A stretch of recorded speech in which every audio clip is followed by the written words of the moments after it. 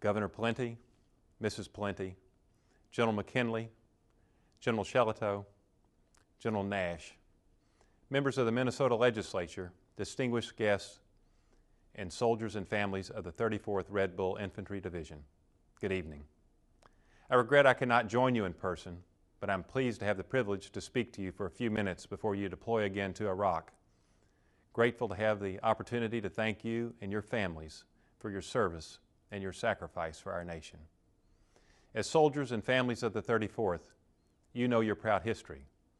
You are a part of the Red Bull tradition that began in 1917, when the division was created from National Guardsmen from Minnesota, Iowa, the Dakotas, and Nebraska, then deployed to France just as World War I ended. During World War II, the 34th was the first U.S. division shipped overseas, and Private Hankey of Hutchinson, Minnesota, is credited with being the first soldier to go ashore in North Africa in support of the war effort. During the war, the Red Bulls fought in North Africa, Sicily, and Italy, at one point spending 517 days in continuous combat, more than any other division in the European theater. Soldiers of the 34th earned 11 Medals of Honor and 98 Distinguished Service Crosses during the war. And since 9/11, you've deployed to Bosnia, Kosovo, Central Europe, Egypt, Honduras, Afghanistan, and Iraq. I was proud to join with Governor Plenty in welcoming you home when the 2,600 Red Bulls of the 1st of the 34th BCT returned from Iraq in 2007, adding another distinction to your proud legacy. The 1st Brigade Combat Team, 34th Infantry Division, holds the record for the longest serving unit in Operation Iraqi Freedom. And you've paid a heavy price for our nation in this time of war. 168 soldiers of the 34th have been wounded in OEF and OIF, and 13 have made the ultimate sacrifice.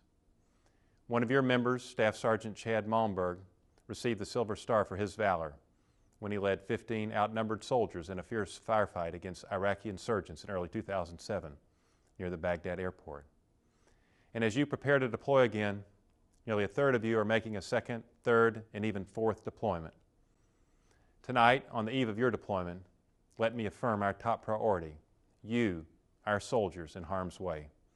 You are our Army's top priority, and we will never take our eye off of that ball. You will be front of our mind 24 hours a day, every day, and your Army is committed to meeting with urgency your ever-changing life and death needs and demands from the battlefront. On behalf of a grateful nation and a proud Army, thank you and your families for your service. We are a nation long at war with you, volunteers, every one of you volunteers, volunteer soldiers and volunteer families.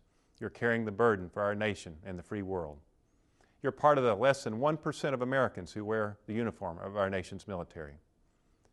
During the dark days of World War II in 1940, the German Luftwaffe bombarded England for months, with the heavily outnumbered pilots and crew of the Royal Air Force taking to the air to defend their homeland, suffering devastating losses. Winston Churchill said of those brave airmen, "Never in the field of human conflict was so much owed by so many to so few." Today we say the same about you, the 1%.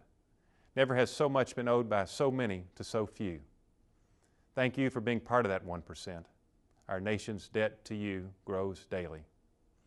As you depart, know that you, our soldiers, and your families, your husbands and wives, your sons and daughters, and your moms and dads are in our prayers.